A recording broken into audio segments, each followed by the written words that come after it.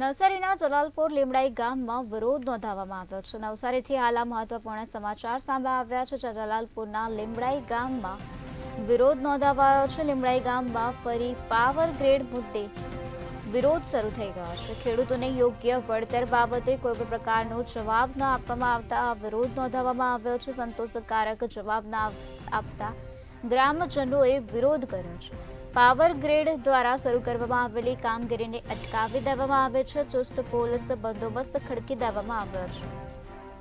નવસારીના જલાલપુર લીમડાઈ ગામનો આ બનાવ છે, જ્યાં ગ્રામજનોએ વિરોધ નોંધાવ્યો છે। લીમડાઈ ગામમાં ફરી પાવર ગ્રેડ મુદ્દે વિવાદ વકર્યો છે, ત્યારે ગામમાં ફરી પાવર ગ્રેડ મુદ્દે વિરોધ શરૂ કરી દેવામાં આવ્યો છે। તો ખેડૂતોને યોગ્ય વળતર બાબતે કોઈ પણ પ્રકારનો જવાબ આપવામાં આવ્યો નથી, જેના કારણે આ વિરોધ નોંધાવવામાં આવ્યો છે। તો સંતોષકારક જવાબ ન આપતા ગ્રામજનોએ પોતાનો વિરોધ શરૂ કરી દીધો છે। પાવર ગ્રીડ દ્વારા શરૂ કરવામાં આવેલી કામગીરીને હાલ અટકાવી દેવામાં આવે છે। તો ચુસ્ત પોલીસ બંદોબસ્ત પણ હાલ ખડકી દેવામાં આવ્યો છે।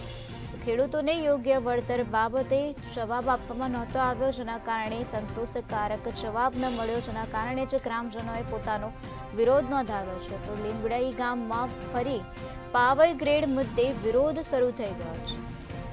તો પાવર ગ્રીડ દ્વારા શરૂ કરવામાં આવેલી કામગીરીને પણ હાલ અટકાવી દેવામાં આવે છે। ચુસ્ત પોલીસ બંદોબસ્ત ગોઠવી દેવામાં આવ્યો છે।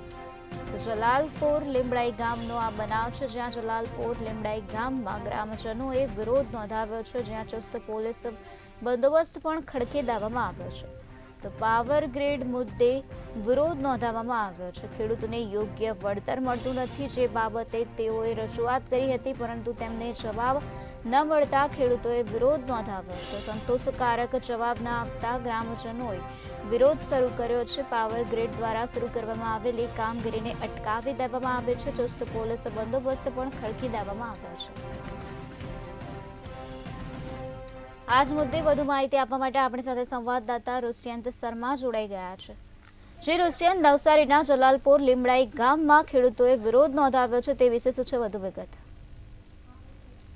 જી ચોક્કસપણે કહી શકાય, જે જલાલપુર તાલુકાના જે લીમડાઈ ગામની જે ઘટના સામે આવી રહી છે, જે ઘટના છે જે ખેડૂતો છે, ખેડૂતો દ્વારા અગાઉ પણ જે વારંવાર રજૂઆત કરવામાં આવી હતી કલેક્ટર સાહેબને, તેમજ જે ગુજરાત સરકારમાં પણ રજૂઆત કરવામાં આવી હતી, ધારાસભ્યોને પણ રજૂઆત કરવામાં આવી હતી।